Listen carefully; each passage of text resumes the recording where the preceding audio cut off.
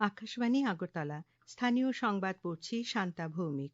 এখনকার বিশেষ বিশেষ খবর হলো প্রধানমন্ত্রী নরেন্দ্র মোদী দেশের ইতিহাসে সবচেয়ে দীর্ঘ সময়ের সরকার প্রধান হিসেবে থাকার নজির স্থাপন করেছেন।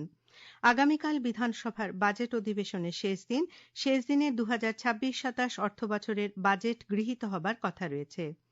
আসন্ন এডিসি নির্বাচনে রাষ্ট্রীয় লোক দল ৩টি আসনে প্রতিদ্বন্দ্বিতা করবে। রাজ্য স্তরে ক্রীড়া প্রতিভা অন্বেষণের কর্মসূচি আজ থেকে শুরু হয়েছে।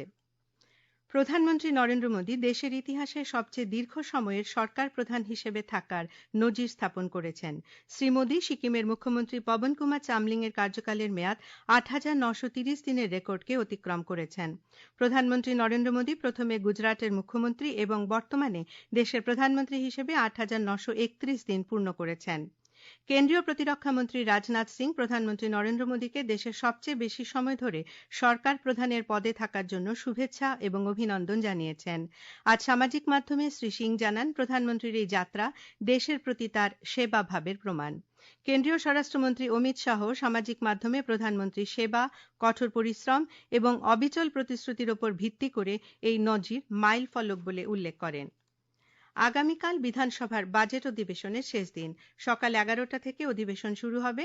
শেষ দিনে ২০২৬-২৭ অর্থ বছরের বাজেট গৃহীত হবার কথা রয়েছে। উল্লেখ্য, গত ১৩ই মার্চ রাজ্যপাল ইন্দ্রসেনা রেড্ডি নাল্লুর ভাষণের মধ্য দিয়ে অধিবেশন শুরু হয়েছিল। ১৬ই মার্চ অর্থমন্ত্রী প্রণজিৎ সিংহ রায় ২০২৬-২৭ অর্থ বছরের বাজেট পেশ করেন।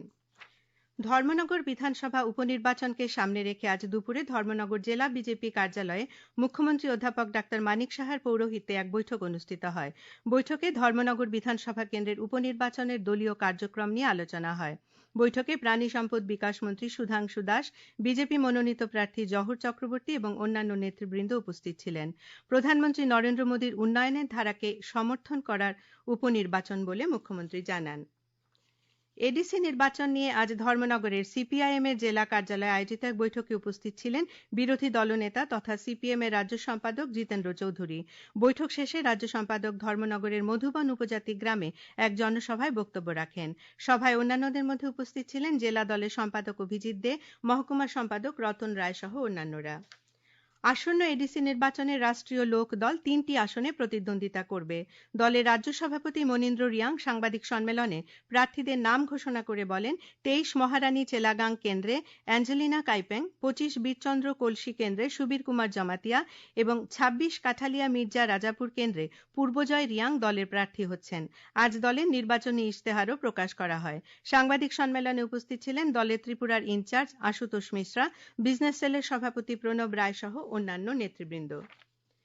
বামুটিয়ার গণেশ চৌধুরী পাড়া নিম্ন বুনিয়াদী বিদ্যালয় প্রাঙ্গণে আজ চা ও ঝুমুর উৎসব অনুষ্ঠিত হয়। অনুষ্ঠানে প্রধান অতিথির ভাষণে পশ্চিম জেলার জেলা পরিষদের ভারপ্রাপ্ত সভাধিপতি বিশ্বজিৎ শীল জানান, প্রত্যেক চা শ্রমিকদের ঘর বিনামূল্যে রেশনের ব্যবস্থা করা হয়েছে। ত্রিপুরা চা উন্নয়ন নিগমের চেয়ারম্যান সমীর রঞ্জন ঘোষ জানান, রাজ্যে অকশন সেন্টার চালু হলে রাজ্যের চা আসাম নিয়ে বিক্রি করতে হবে না। এর ফলে চা শ্রমিকরা লাভবান হবেন। অনুষ্ঠানে বামুটিয়া পঞ্চায়েত সমিতির চেয়ারম্যান দীপক কুমার সিনহা সহ অন্যান্যরা উপস্থিত ছিলেন।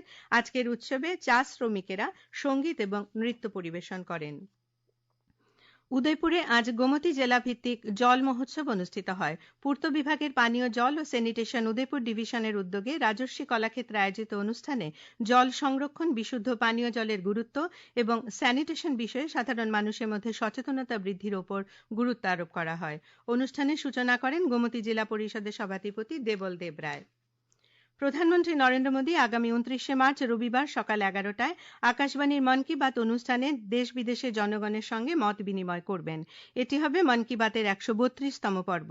প্রধানমন্ত্রী জনগণকে তাদের সুচিন্তিত চিন্তাভাবনা মন কি বাতে জানানোর আহ্বান জানিয়েছেন।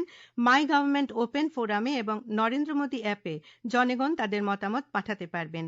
এছাড়াও টোল ফ্রি নম্বর ১৮০০১১৭৮০০ নম্বরে কল করে হিন্দি বা ইংরেজিতে মতামত রেকর্ড করানো যাবে। ফোন লাইন এ মাসের ২৭ তারিখ পর্যন্ত খোলা থাকবে। এই খবর শুনছেন আকাশবাণীর আগরতলা কেন্দ্র থেকে।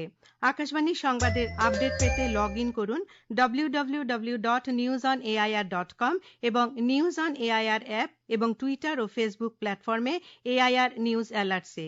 ইউটিউবে লক্ষ্য করুন নিউজ অন এআইআর অফিসিয়ালে। এছাড়াও আকাশবাণী আগরতলার সংবাদ আপডেট পেতে দেখুন টুইটার বা এক্স হ্যান্ডেলে আকাশবাণী নিউজ আগরতলা, ফেসবুকে এআইআর নিউজ আগরতলা এবং ইউটিউবে আকাশবাণী নিউজ আগরতলা।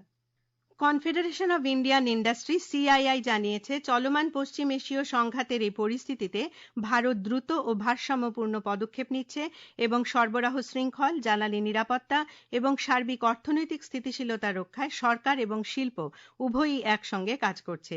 সিআইআই এর মহাপরিচালক চন্দ্রজিৎ ব্যানার্জি বলেছেন, বছরের পর বছর ধরে অর্থনৈতিক সংস্কার এবং আত্মনির্ভর ভারত উদ্যোগের অধীনে সরকারের আত্মনির্ভরশীলতার প্রচেষ্টা দেশের বাহ্যিক ধাক্কা মোকাবেলার সক্ষমতা বাড়িয়েছে।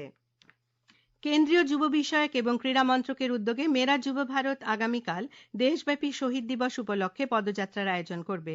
ভারতের শহীদ যুব স্বাধীনতা সংগ্রামীদের শ্রদ্ধা জানিয়ে এই পদযাত্রা হবে। আমার ভারত আমার দায়িত্ব শীর্ষক ভাবনাকে সামনে রেখে দেশের ৭৬৩টি জেলাতে এই পদযাত্রা অনুষ্ঠিত হবে। সামাজিক সচেতনতা বৃদ্ধি করার লক্ষ্যে গোমতী জেলা আইন সেবা কর্তৃপক্ষের উদ্যোগে আজ কাকরাবন ব্লকের গঙ্গাছড়া স্কুল মাঠে একদিনের মেগা আইনি সচেতনতা শিবির অনুষ্ঠিত হয়। শিবিরে বিভিন্ন দপ্তরের 18টি স্টলের মাধ্যমে সাধারণ জনগণের মধ্যে সুযোগ সুবিধা প্রদান করা হয়। 5 জন দিব্যাঙ্গজনকে চলন সামগ্রী এবং 5 জন ছাত্রকে খেলার সামগ্রী প্রদান করা হয়। এই কর্মসূচিতে উপস্থিত ছিলেন জেলা আইনসভা কর্তৃপক্ষের চেয়ারম্যান রবি ভাইয়া, জেলা সচিব রাজা গুপ্তা, জেলা শাসক রিঙ্কু লাথের সহ অন্যান্যরা। ত্রিপুরা ওয়াটার ম্যানুফ্যাকচারার ইউনিটির উদ্যোগে আজ আগরতলা প্রেস ক্লাবে রাজ্য কর্মী সম্মেলন অনুষ্ঠিত হয়।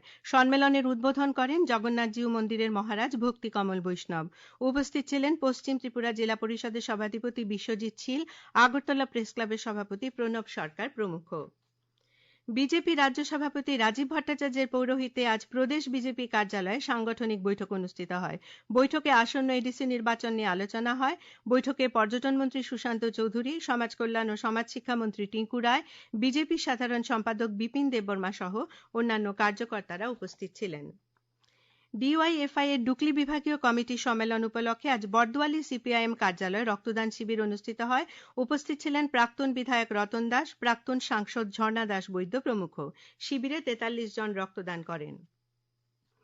কেন্দ্রীয় শক্তিমন্ত্রী মনোহর লাল বলেছেন, বিদ্যুৎ প্রত্যেকের জন্য অত্যাবশ্যকীয় এবং সাধারণ মানুষের কাছে সাশ্রয়ী বিদ্যুৎ ব্যবহারের সুযোগ পৌঁছে দেওয়া নিশ্চিত করতে হবে।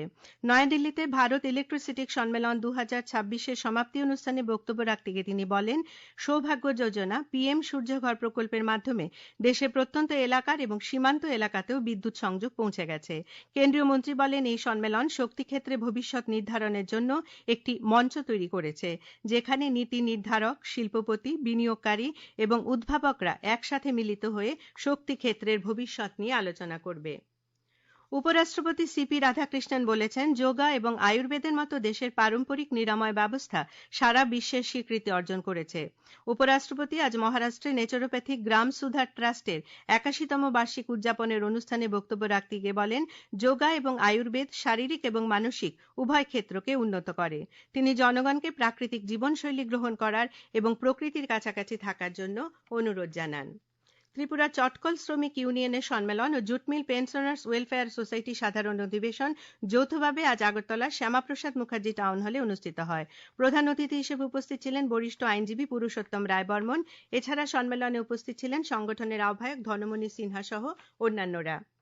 যুব বিষয়ক ও ক্রীড়া দপ্তরের অন্তর্গত ত্রিপুরা স্কুল স্পোর্টস বোর্ডের উদ্যোগে রাজ্য স্তরে ক্রীড়া প্রতিভা অন্বেষণের যুব কর্মসূচি আজ থেকে শুরু হয়েছে। বাধারঘাটে ত্রিপুরা স্পোর্টস স্কুলে 3 দিনের এই কর্মসূচির উদ্বোধন করেন ক্রীড়ামন্ত্রী টিঙ্কু রায়। উপস্থিত ছিলেন বিধায়ক মীনারানী সরকার সহ দপ্তরের আধিকারিকেরা। অনুষ্ঠানে ক্রীড়ামন্ত্রী বলেন, ব্লক ও জেলা স্তরের নির্বাচন পর্ব শেষ করে রাজ্যভিত্তিক ক্রীড়া প্রতিভা অন্বেষণের মূল পর্বের কর্মসূচিতে সারা রাজ্য থেকে 111 জন বালক এবং 110 জন বালিকা ক্ষুদে প্রতিভা অংশ নিচ্ছে। তিনি আরো বলেন, প্রতিভাসম্পন্ন ছেলে মেয়েদের দীর্ঘমেয়াদী প্রশিক্ষণের লক্ষ্যে কোচিং ক্যাম্পে রাখার পরিকল্পনা রয়েছে ক্রীড়া দপ্তরের। এই শিবির থেকে নির্বাচিত প্রতিভাবানদের একটি বড় অংশকে বাধারঘাট ও পানিসাগরের দুটি স্পোর্টস স্কুলে ভর্তি করানো হবে। এর সাথে কিছু খেলোয়াড়কে ক্রীড়া দপ্তরের অধীনে থাকা বিভিন্ন ডেডিকেটেড কোচিং সেন্টারে প্রশিক্ষণের সুযোগ দেওয়া হবে। আজকের এই অনুষ্ঠানে 69তম জাতীয় স্কুল গেমসে রাজ্যের 15 জন পদকজয়ী খেলোয়াড়কে আর্থিক পুরস্কার দেওয়া হয়। ভারতীয় জনতা যুব মোর্চার শান্তিরবাজার মণ্ডলের উদ্যোগে আজ কাঞ্চননগর স্কুল মাঠে এমএলএ কাপ টি15 নকআউট টেনিস ক্রিকেট টুর্নামেন্টের ফাইনাল খেলা অনুষ্ঠিত হয়। ফাইনালে জোলাইবাড়ি ইউথ ব্রিগেডকে 5 উইকেটে হারিয়ে চ্যাম্পিয়ন হয় লক্ষণ দাস একাদশ। আবহাওয়ার খবর। আগামীকাল রাজ্যের সবকটি জেলায় বজ্রবিদ্যুৎ সহ বৃষ্টিপাতের সতর্কতা জারি করেছে আবহাওয়া দপ্তর।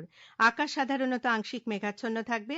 দিনের সর্বোচ্চ তাপমাত্রা 30 ডিগ্রি সেলসিয়াস এবং সর্বনিম্ন 20 ডিগ্রি সেলসিয়াসের কাছাকাছি থাকতে পারে। আজ দিনের সর্বোচ্চ তাপমাত্রা ছিল 28.2 ডিগ্রি সেলসিয়াস এবং সর্বনিম্ন 19 ডিগ্রি সেলসিয়াস। শেষ করার আগে বিশেষ বিশেষ খবরগুলি আরেকবার।